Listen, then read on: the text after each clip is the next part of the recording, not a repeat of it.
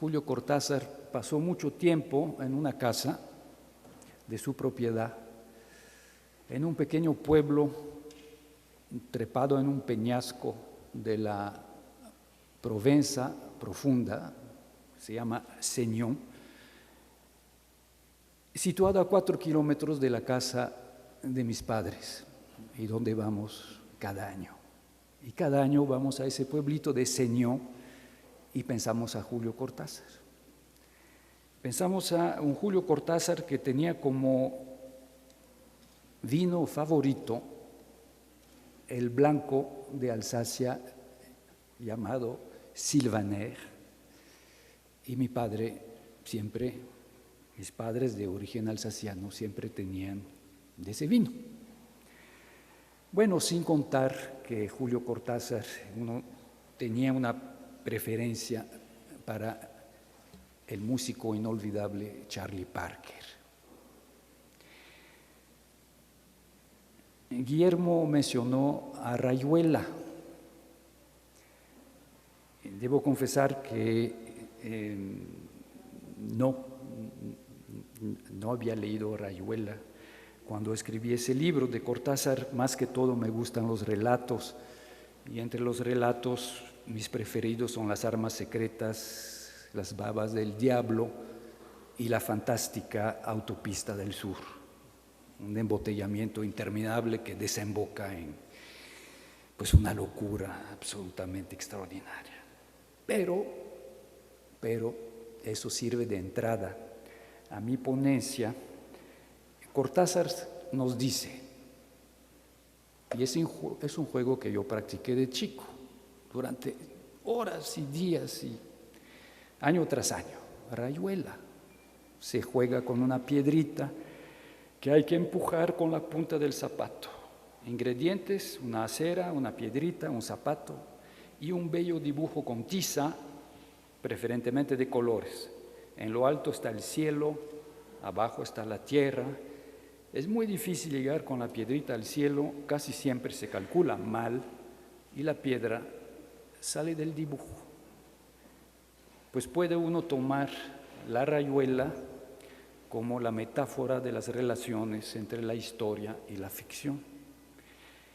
Y los intentos de los historiadores para utilizar las formas narrativas de la novela, pues corresponde a eso. Es muy difícil llegar con la piedrita al cielo, casi siempre se calcula mal y la piedra sale del dibujo. Guillermo mencionó a Aristóteles. Bueno, me quitó la cita que es el principio de mi ponencia. Aristóteles, Poética, párrafo 9. El papel del poeta es decir no lo que ha ocurrido realmente, sino lo que podría ocurrir en el orden de lo verosímil o necesario. Es que la diferencia entre el poeta y el historiador no proviene del hecho de que el primero se expresa en versos y el segundo en prosa. La diferencia es que el segundo dice lo que tiene lugar, mientras que el primero lo que podría tener lugar, es decir, lo posible. Por esa razón la poesía es más filosófica y noble que la historia. La poesía trata más bien de lo general, la historia de lo particular. En un pequeño libro escrito en 1614, en francés, La manera de leer la historia, René de Lucinge nos cuenta que a los 12 años empezó por la lectura de las novelas de caballería, Huon de Burdeos, Los cuatro hijos Aymon, Ogiero el danés. Cito: cuando salí de tan quimérica ciencia, conocí la verdadera historia, tanto la sagrada como la profana, la de los griegos y de los romanos. Yo he sido siempre apasionado lector de literatura. Mis primeros recuerdos de lectura son la Ilíada y la Odisea y los cuentos y leyendas del mundo griego y bárbaro. Y curiosamente, los mismos libros mencionados un poco despectivamente por René de Lucenges. Eran libros para niños publicados en los años 20 que habían sido premios escolares de mis padres. Mezcla fabulosa de leyenda épica y de historia poética. Y desde aquel entonces siempre he pensado que la literatura es una fuente de intuiciones primordiales. Guillermo mencionaba mi pasión por cierta Rusia. Hay una Rusia buena, hay una Rusia no tan buena. La literatura rusa ha pesado mucho en mi formación.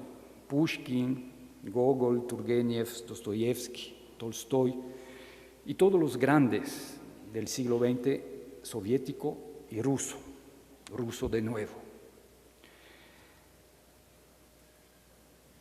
Mi experiencia fundamental como historiador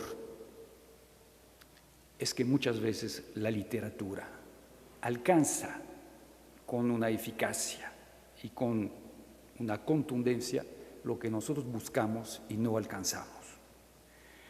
¿Cuántas veces no exclamé con envidia y admiración, él lo dice mucho mejor que todos nosotros? Pienso en Rescoldo, de Antonio Estrada, sobre los últimos cristeros de Durango, libro que Juan Rulfo me recomendó, diciendo, es una de las 5 mejores novelas de la Revolución Mexicana. Y efectivamente, para entender la cristiada, Rescoldo es lo mejor. Es cierto que hay una diferencia entre los hechos históricos y los hechos de ficción inventados. No estoy abogando para la confusión de géneros entre historia y ficción, pero, sin embargo, Guillermo es antropólogo, sociólogo, historiador. Yo creo que él es todo esto y más. Octavio Paz es poeta, filósofo, político, historiador. Los historiadores no aceptan su libro sobre Sor Juana. Yo sí, yo digo que es un gran libro de historia.